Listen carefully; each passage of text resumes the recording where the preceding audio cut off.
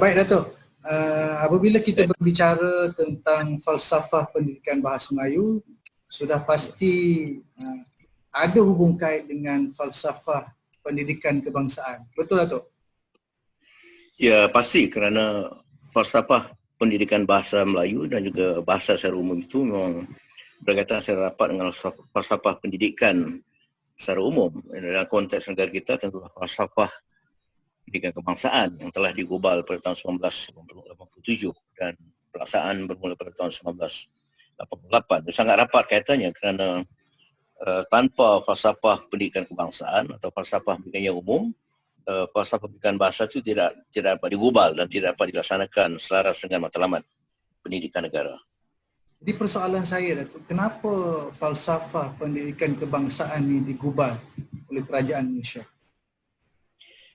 Ya, kerajaan khususnya melalui Kementerian Pendidikan mengadakan suatu kajian penilaian terhadap kurikulum yang dikatakan kurikulum lama dalam sistem pendidikan kita, dan laporan itu terbit pada tahun 1979 dan mendapati beberapa kekurangan dalam sistem pendidikan yang sedia ada, walaupun ada kemajuan, ada pencapaian yang telah diperoleh sesudah kita merdeka, khususnya berdasarkan laporan Razak setahun sebelum merdeka 1986, kita itu menjadi acuan sistem pendidikan kebangsaan kita. Tetapi dengan perkembangan zaman dibuat satu penilaian bahawa sistem pendidikan dalam kurikulum yang disebut kurikulum lama itu ada kekurangannya, terutama dalam konteks terlalu padat dengan pengertian lebih berfokus atau bertumpu pada aspek kognitif.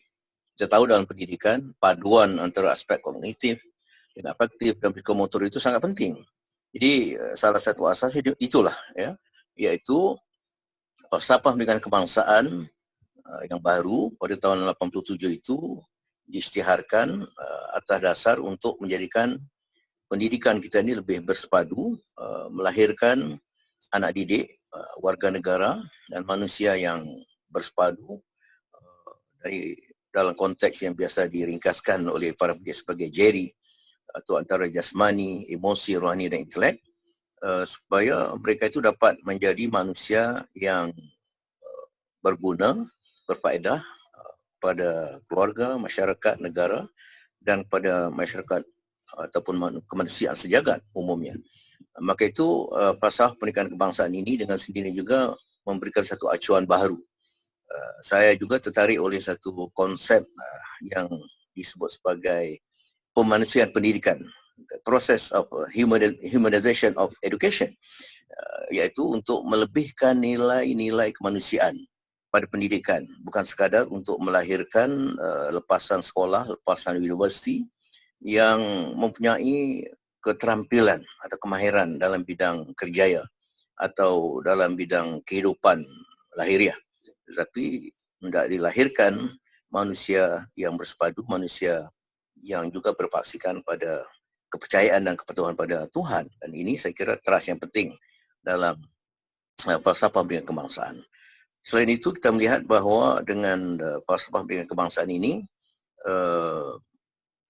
beberapa pendekatan yang dikenal sebagai pendekatan merentas, itu saya kira kata kunci yang sangat penting dalam dasar dan sistem pendidikan kebangsaan baharu sesudah adanya falsafah kebangsaan. Contohnya yang jelas kita melihat dalam pelaksanaan di sekolah khususnya, misalnya apa yang dikatakan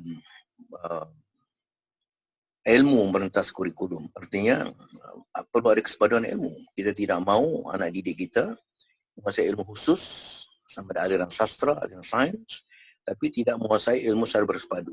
Kita mengharapkan dalam pendidikan kita ini lahir manusia atau anak didik yang boleh dijuruskan sains, sastra, tetapi juga mengambil tahu dan ada ilmu-ilmu asas tentang bidang yang dikatakan tidak khusus. Misalnya pelajar sains harus menguasai soal bahasa, persuratan atau sastra, kebudayaan, peradaban sebagai teras kehidupan. Demikian juga pelajar aliran sastra perlu sedikit banyak tahu tentang soal sains, asas-asas sains, kerana ini ada kaitan dengan soal pelestarian alam sekitar, keseimbangan alam, tanggungjawab kita kepada alam sebagai khalifah Allah.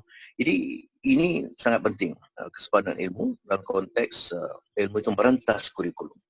Yang kedua, bahasa Melayu merentas kurikulum. Ini juga penting kerana bahasa sifatnya atau tabi'i sebagai ilmu yang dikatakan oleh Imam Al-Ghazali dalam Ihya Ulumuddin sebagai ilmu yang teras atau ilmu yang asas yang menjadi syarat pemerolehan ilmu-ilmu khusus dan ilmu-ilmu umum. Maka itu keterampilan dalam penguasaan bahasa menjadi prasyarat dalam pendidikan. Dan kalau kita melihat model atau teori yang dikemukakan oleh Profesor Syed Muhammad Nakil Atas, insan itu daripada diri yang zahir, diri yang batin.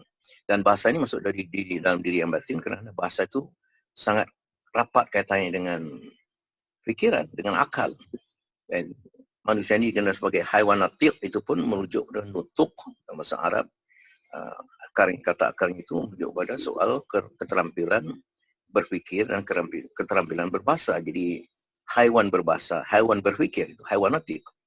Dan Nabi Adam AS sendiri pertama-tamanya dikurniai Allah ilmu bahasa.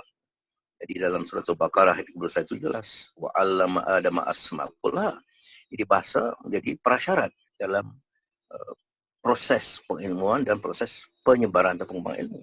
Jadi bahasa merentas kurikulum. Mengapa bahasa Melayu merentas kurikulum? Kerana bahasa Melayu ialah bahasa negara, bahasa kebangsaan, bahasa rasmi, bahasa ilmu. Dengan tidak menafikan bahasa-bahasa lain, tapi bahasa Melayu ialah bahasa teras, tunjang peradaban negara. Maka itu bahasa Melayu merentas kurikulum.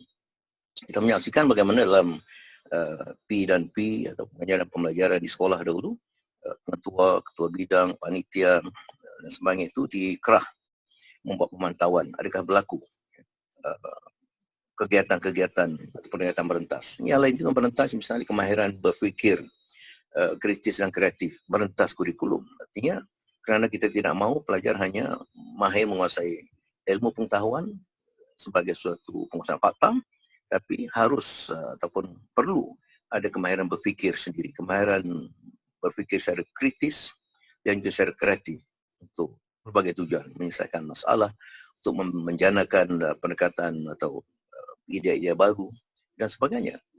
Yang lain juga kita melihat ada yang dikatakan nilai-nilai murni merentas kurikulum. Itu juga penting kerana kita nak membina watak, membina karakter, membina sahsiah.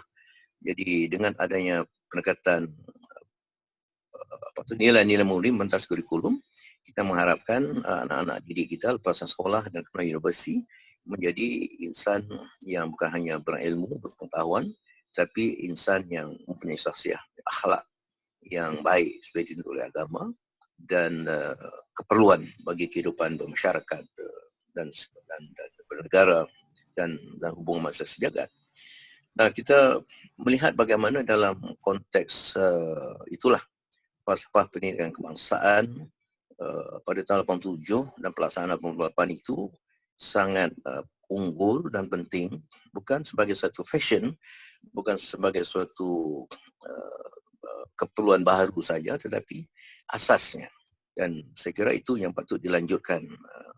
Sedikit bagi saya rasa sesal saya kerana dalam pelaksanaan pendidikan sekarang tampaknya pendekatan merentas bersepadu itu sudah kurang jelas, walaupun dalam plan pendidikan hingga 2025 itu tetap disebut, dan frame atau bingkai gambar falsafah kebangsaan itu masih lagi tertayang di pejabat pengetua, pejabat guru besar dan bilik guru dan sebagainya, tetapi penghayatan dan pelaksanaan itu nampaknya tidak begitu subur lagi. Sehingga saya kadang-kadang secara penyenaka mengatakan yang merentah-merentah itu bahasa Melayu merentah kurikulum, nilai murni merentah kurikulum,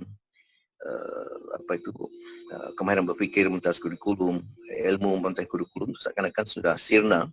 Jadi yang tinggal seakan-akan tinggallah merentah desa saja. Itu sedikit jenaka saya lah untuk membuat satu penilaian tentang pelaksanaan falsafah pendidikan kebangsaan.